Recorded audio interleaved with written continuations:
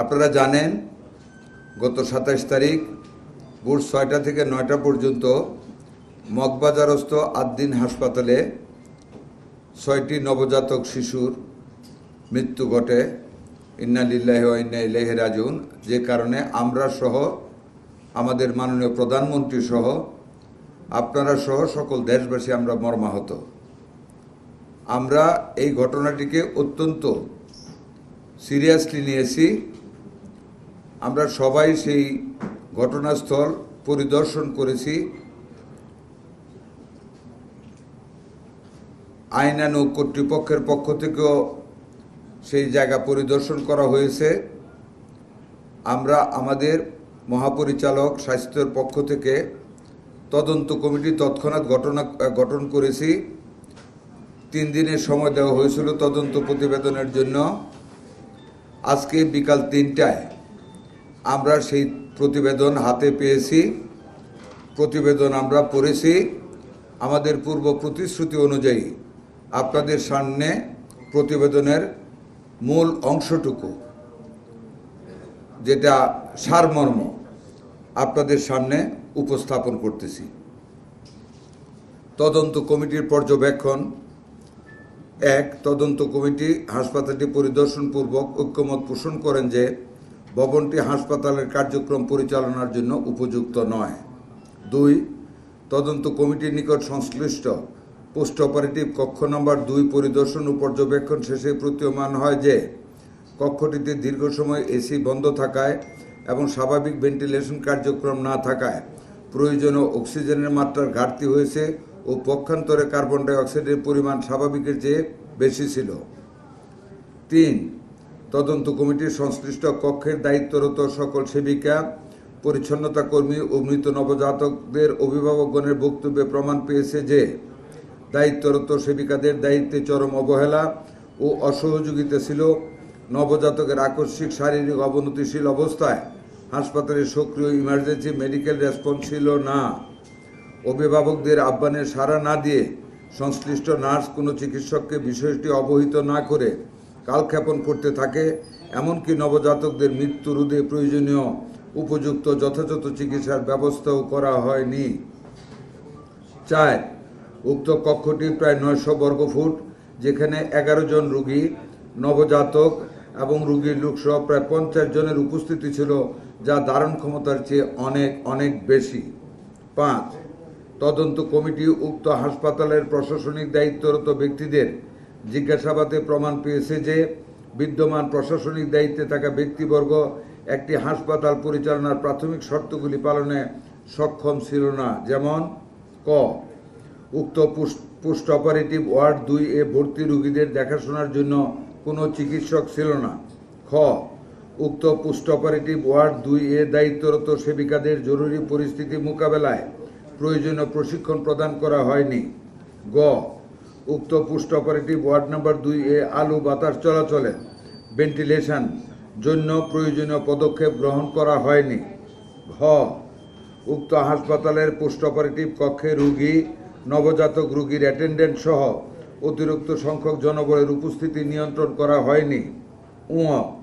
উক্ত হাসপাতালটির ভিতরে যত্রতত্রভাবে কাচের ছোট ছোট কক্ষ নির্মাণের ফলে হাসপাতালটি যথেষ্ট ঝুঁকিপূর্ণ মর্মে প্রতীয়মান হয়েছে। চ. তদন্ত কমিটি মনে করে ভবিষ্যতে বেসরকারি হাসপাতালের নতুন লাইসেন্স প্রদানের ক্ষেত্রে সংশ্লিষ্ট হাসপাতাল পরিচালনায় ব্যবহৃত ভবন পরিদর্শনপূর্বক পরিবেশ অধিদপ্তরের পূর্বানুমতি গ্রহণ বাধ্যতামূলক হিসেবে শর্তারোপ করা প্রয়োজন। মৃত্যুর সম্ভাব্য কারণ। যদিও অস্বাভাবিক মৃত্যুর ক্ষেত্রে ময়নাতদন্ত ছাড়া মৃত্যুর সুনির্দিষ্ট কারণ বের করা সম্ভব নয়, তথাপি পারিপার্শ্বিক অবস্থা পর্যবেক্ষণ, বিভিন্ন ব্যক্তিদের বক্তব্য, জবানবন্দি থেকে নিম্নলিখিত বিষয়গুলোকে মৃত্যুর কারণ হিসেবে বিবেচনা করা যায়। ছোট বদ্ধ কক্ষে অতিরিক্ত মানুষের উপস্থিতি, দীর্ঘক্ষণ এসি বন্ধ থাকা এবং বিকল্প কোনো ভেন্টিলেশনের ব্যবস্থা না থাকায় বাতাসে অক্সিজেনের পরিমাণ কমে যাওয়া এবং কার্বন ডাই অক্সাইডের পরিমাণ বেড়ে যাওয়া, যা নবজাতক শিশুর দীর্ঘ সময় টিকে থাকার পক্ষে অসম্ভব হয়ে পড়েছিল। সার্বিক মন্তব্য। সরেজমিনে ঘটনাস্থল পরিদর্শন, ভিকটিমের পরিবারবর্গের বক্তব্য, জবানবন্দি, হাসপাতালের চিকিৎসক, নার্স ও স্টাফদের বক্তব্য ইত্যাদি পর্যালোচনা ও পারিপার্শ্বিক সার্বিক অবস্থা বিবেচনায় তদন্ত কমিটি সর্বসম্মতিক্রমে এই সিদ্ধান্তে উপনীত হয়েছে যে মগবাজারস্থ আদ্দিন মেডিকেল কলেজ ও হাসপাতালে গত 27/5/2026 তারিখে ভোর রাত আনুমানিক 5টা হতে সকাল 9টার মধ্যে 6 জন নবজাতকের আকস্মিক মর্মান্তিক মৃত্যুর ঘটনায় উক্ত হাসপাতালে বর্ণিত সময় দায়িত্বরত চিকিৎসক না থাকা ও নার্স স্টাফ এবং সর্বোপরি হাসপাতাল কর্তৃপক্ষের দায়িত্বের অবহেলাজনিত বিষয়টি স্পষ্টভাবে প্রমাণিত হয়েছে। সময়ের সাথে সাথে দেখা দেয় নিত্য নতুন প্রয়োজন। রেডি থাকতে হয় প্রতি মুহূর্ত। তাই এলো ইনোভার, যেন আপনি লাইফে থাকেন রেডি প্রতিদিন। Innova, designed for now. ধন্যবাদ আপনাদেরকে। তদন্ত কমিটি তাদের প্রতিবেদন দিয়েছে, আপনাদের সামনে পড়ে শোনানো হয়েছে। এখন আমরা কর্তৃপক্ষ এই প্রতিবেদন নিয়ে বসে বিদ্যমান আইনে যেই শাস্তি দেওয়া যায় আমরা সেটাই করবো ইনশাআল্লাহ। সেগুলি আমরা আইন দেখে আইনানুগ ব্যবস্থা নেব। আমরা যেই পোস্ট অপারেটিভ রুমটা নন ভেন্টিলেটেড, যেখানে অক্সিজেনের চাইতে অনেক বেশি কার্বন ডাইঅক্সাইড, ওইটা আমরা সিলগালা করে রেখেছি। পুরা হাসপাতালে 200-র উপরে রুগী আছে। পুরা হাসপাতালটা অলনে ছাড়েন আমরা বন্ধ করতে পারি না। 1, 2 নম্বর, সেটা আইন বহির্ভূত একটা কাজ। আমরা আমাদের যেটা আইনে যা আছে আপনাদেরকে প্রমিনেন্টলি বলি, আইন যা বলেছে তদন্ত করতে হবে। তদন্ত কমিটির পরে আমরা বসে শাস্তির বিধান কি আছে সেটা আমরা নিশ্চিত করব। আমরা আগামী 2 দিন বন্ধ, রবিবারের ভিতরে আমরা সিদ্ধান্তে পৌঁছবো ইনশাআল্লাহ। আপনারা সন্ধ্যার মধ্যে জানতে পারবেন। আমাদের নির্দেশনা আপনারা জানেন, আগেও বলেছি, আমরা কন্টিনিউয়াসলি পরিদর্শনে আছি। বরং এই ঘটনার পরে উই আর মোর সিরিয়াস। আমরা আরও বেশিভাবে পরিদর্শনে রাখছি, তীক্ষ্ণ দৃষ্টিতে রাখতেছি। আমরা এর মধ্যে গত 3টি দিন আমরা জুম মিটিং করেছি সিভিল সার্জন, জেলা প্রশাসক, বিভাগীয় পরিচালক প্রত্যেকের সাথে, এবং এইসব ব্যাপারে কড়া নির্দেশ দিচ্ছি। দিন দিন আমাদের নির্দেশনা এবং ব্যবস্থাপনা কঠোর থেকে কঠোরতর হবে স্বাস্থ্যসেবাকে নিশ্চিত করার লক্ষ্যে। আপনাদের কাছে সেটা পরিলক্ষিত হবে ইনশাল্লাহ। আমার মনে হয় আপনি আমাদের প্রতিবেদনটাকে পুরোপুরি শুনেন নাই। এখানে একটা লাইন কিন্তু আছে যে 6 জন নবজাতকের আকস্মিক মর্মান্তিক মৃত্যুর ঘটনায় উক্ত হাসপাতালে বর্ণিত সময় দায়িত্বরত চিকিৎসক না থাকা ও নার্স স্টাফ এবং সর্বোপরি হাসপাতাল কর্তৃপক্ষের দায়িত্বের অবহেলাজনিত বিষয়টি স্পষ্টভাবে প্রমাণিত হয়েছে। কি প্রমাণিত হয়েছে? ওই মৃত্যুর জন্য প্রমাণিত হয়েছে। কাজে ওইটার সাথে এটাকে রিলেট করলে you will get the conclusion. আর ওই কনক্লুশনের ভিত্তিতে বিদ্যমান আইনে এবং বিধানে হাসপাতাল মঞ্জুরি আমরা যে আইনে বিদ্যমান আইনে যে শাস্তি দেওয়া যায় সেই শাস্তির ব্যবস্থা আমরা ইনশাআল্লাহ করব। আরেকটা লাইন বলি, তদন্ত কমিটি মনে করে ভবিষ্যতে বেসরকারি হাসপাতালে নতুন লাইসেন্স প্রদানের ক্ষেত্রে সংশ্লিষ্ট হাসপাতাল পরিচালনায় ব্যবহৃত ভবন পরিদর্শনপূর্বক পরিবেশ অধিদপ্তরের পূর্বানুমতি গ্রহণ বাধ্যতামূলক হিসেবে শর্তারোপ করা প্রয়োজন। যেটা আগে বললেন, ওইটার জন্য আমরা ব্যবস্থা করেছি। প্রথমটা একেবারেই সঠিক না। আমাদের আইনে যে প্রমাণিত হলে জেল দিতে পারবো, জেল দেওয়ার মালিক তো আমরা না, ইট ইজ দ্য কোর্ট। ওইটার জন্য ফৌজদারি একটা মামলা হয়েছে, মৃত্যুর ফৌজদারি একটা মামলা হয়েছে।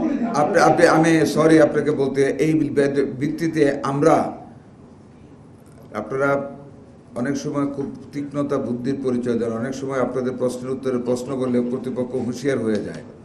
আমি ওটা বলতে চাই না, তবে what you have done is the correct thing. আপনি যে প্রশ্নটা করেছিলেন উত্তরটা আমি দিব না আপনাদের আমাদের সবার স্বার্থে। ক্রিমিনাল অফেন্স হিসেবে একটা মামলা হয়েছে। ময়না তদন্ত না হলে বিবাদীরা একটা বেনিফিট পায়, কিন্তু এই ক্ষেত্রে এই নবজাতক শিশুদের মা যে আবেগঘন মুহূর্ত ছিল, সেই মুহূর্তে বহু চেষ্টা করে তাদের ময়না তদন্তে নেওয়া যায় নাই। সিনিয়ে নিয়ে গেছে, তারা দিবে না। বহু চেষ্টা করেছে সিআইডি, পুলিশ, তারা দেয় নাই। তবে এইটা যে ধরনের সেন্সিটিভ কেস, এটা একটা গোপন কেস না, রাতের অন্ধকারের মারা না, মৃত্যু না, রাতের অন্ধকারে ফাঁসি না, ইট ইজ হাইলি প্রুভেন। কাজে মাননীয় সম্মানিত আদালত অবশ্যই এটাকে কোনো বেনিফিট আসামিদেরকে দিবেন না ওই মামলায়, আমার দৃঢ় বিশ্বাস। এইরকম হাসপাতাল পায় না। হাসপাতাল পারমিশনের সময় ঠিকই ছিল। আমাদের কাছে রাজুকের একটা প্রতিবেদন আছে, তারা পরবর্তীতে এগুলো অনেক চেঞ্জ করেছে। যেটা রাজুক আরেকটা প্রতিবেদন দিয়েছে, ওইটা রাজুক আরেকটা ব্যবস্থা গ্রহণ করবে, আমার বিশ্বাস।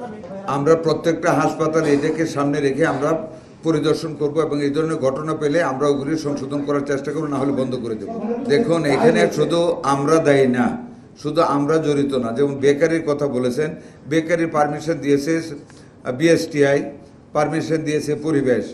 হ্যাঁ, এখানে অনেকগুলি জিনিস জড়িত আছে। আসলে আমরা তো ততটুকু ডেভেলপড এখনো হই নাই, এটা আপনাদের স্বীকার করতে হবে। হসপিটালের উপরে প্রতিষ্ঠা করার জন্য পানি যদি হসপিটালের পাশে উপরে কিভাবে? এটা যদি আপনাকে বলে থাকে, আপনি পাল্টা প্রশ্ন করা উচিত ছিল তারা কোথায় করার জন্য কারখানাটা আপনাদের কাছে পারমিশন চেয়েছিল। ওনারা দেখেই পারমিশনটা দিয়েছেন। একটা অ্যাড্রেস তো দেওয়া হয় কিন্তু আপনার স্বাস্থ্য অধিদপ্তরের কোনো ভূমিকা থাকবে না। না, বেকারি আমাদের কাছে তো এটা আসতে হয় না, আমরা তো জানি না, এটা তো আমাদের কাছে আসে না, এটা তো পরিবেশ এবং বিএসটি এর কাছে যায়। আপা, আমার দৃঢ় বিশ্বাস আমরা যে কঠিনভাবে এটা নিয়ে অগ্রসর হচ্ছি, যে তড়িৎ গতিতে যাচ্ছি, আপনাদেরও সহযোগিতা আছে। আমার দৃঢ় বিশ্বাস পরবর্তীতে আমরা যেই কার্যক্রম গ্রহণ করতে যাচ্ছি, যেভাবে প্রত্যেকটা হাসপাতাল পরিদর্শনের জন্য আমরা চিন্তা ভাবনা করে মানে স্থির করেছি, আমাদের সচিব সাহেব, ডিজি সাহেব, আমি, প্রতিমন্ত্রী, আমরা সবাই যেভাবে আমাদের পরিদর্শন কার্যক্রম সাজাচ্ছি আর যেই আইনানুগ ব্যবস্থা গ্রহণ করতে যাচ্ছি, আমার দৃঢ় বিশ্বাস এই ধরনের সাহস আর কেউ পাবে না। এরকম বদ্ধ ঘরে শিশু বা মানুষ রাখার সাহস আর কেউ পাবে বলে আমি বিশ্বাস করি না। দেখেন, হলের হোস্টেলে মারামারি হয়, আমরাও হলে দেখেছি মারামারি বাইরে বাইরে হয়, গ্রামে বাইরে বাইরে হয়, পরে না আমি ওইটা আমারটা শেষ করি হয়। এখন ওইখানে কি ঘটনা ঘটেছে, কি কারণে কি হয়েছে আমরা কিন্তু এখনো জানি না, বা আমাদের কাছে কেউ তদন্ত চায় নাই, বা তারা কেউ কমপ্লেনও করে না, কাজে এই ব্যাপারে আমি জানি না। এটা ব্যাপারে একটু আমার দেখুন, আপনাকে একটা সত্য ঘটনা বলি। সত্য বলতে আমি কার্পণ্য করি না। 9 তলার উপরে বেকারি যারা পরিদর্শন করতে যায় তারা একটু নিটনেস দেখে, যেটা বাস্তবতা, এটাকে মেনে সাংবাদিক মানে রিপোর্ট করে, যায় নিটনেস দেখে, রুগীর সেবা হচ্ছে দেখে, কোনো কমপ্লেন পাওয়া যায় না দেখে, হাসপাতালে লাইসেন্স রিনিউ করে দেয়। That is the reality. 9 তলায় যে বেকারি করছে, আমি এটা ওইখানে আমার একটা আত্মীয় থাকে, এটা আমাদের কোনো অফিসের জানার কথা না, বিকজ এটা beyond the scene, beyond sight, out of sight. আমার আত্মীয় বলেছে ওখানে একটা বেকারি আছে। দেন আমি আমার ডিজিকে নিয়ে বলছি চলেন যাই দেখি বেকারি আছে কিনা। তখন আমরা 8 তলায় গিয়ে খোঁজ পাইলাম বেকারি এবং দাহ্য পদার্থে ভর্তি। একটা আগুন লাগলে যে মানুষ বাঁচবে এরকম কোনো অবস্থানই সেখানে নেই। দেখুন, একটা post operative room, it was fully seal, but it was covered by 2 ACs. That was enough. AC চলতো যদি, তাইলে কিন্তু অক্সিজেনের অভাব ঘটতো না, কারণ ইনফ্লো অ্যান্ড আউটফ্লো হতো, অক্সিজেনের অভাব ঘটতো না। যেই মুহূর্তে এসিটা, এটা তো একদিন না, প্রতিদিনই তাদের এতগুলি লোক থাকে, কাজে কোনোদিন কিন্তু মৃত্যু হয় না। ওই দিন মৃত্যু হয়েছে ডিউ টু দ্য রিজন যে অক্সিজেনটা বন্ধ ছিল। এক পেশে মানুষ শ্বাস ছেড়েছে, অক্সিজেন বিল্ড আপ করে, কার্বন ডাইঅক্সাইড বিল্ড আপ করেছে, অক্সিজেন লোয়ার লাইনে এলডিএল এইচডিএল এর মতো লো হয়েছে। কাজে এইটা কিন্তু পরিদর্শন কমিটি, এসি যে বন্ধ থাকবে এটা তো চিন্তা করতে পারে নাই আমার পরিদর্শন কমিটি, যে এসি বন্ধ থাকবে আর লোক মারা যাবে। With AC it is fine, কারণ অক্সিজেন তো হচ্ছে। এসি বন্ধ থাকলে তাদের উচিত ছিল শিফট করে ফেলা সবাইকে, ওইখানে অবহেলাটা, ডিউটি ডাক্তার ছিল না, অনেক বেশি ছিল, অনেক বেশি। এই জন্যই তো কার্বন ডাইঅক্সাইডটা বৃদ্ধি পেয়েছে। This will be the last question, আমি মাপ চাই বললাম। হাসপাতাল কর্তৃপক্ষ বারবারই বলছেন তারা এই এসি বন্ধের ঘটনা বারবারই ঘটে, কিন্তু এইটা কি এমন হলো যে এই দিন এসি বন্ধ? ওদের কথা তো আমি বিশ্বাস করবো না। এবং 100% এসি বন্ধ করার কারণে হাইপার কেপনিয়াতে রোগীগুলি মারা গেছে অক্সিজেনের অভাবে, এতে কোনো ভুল নেই। Thank you very much.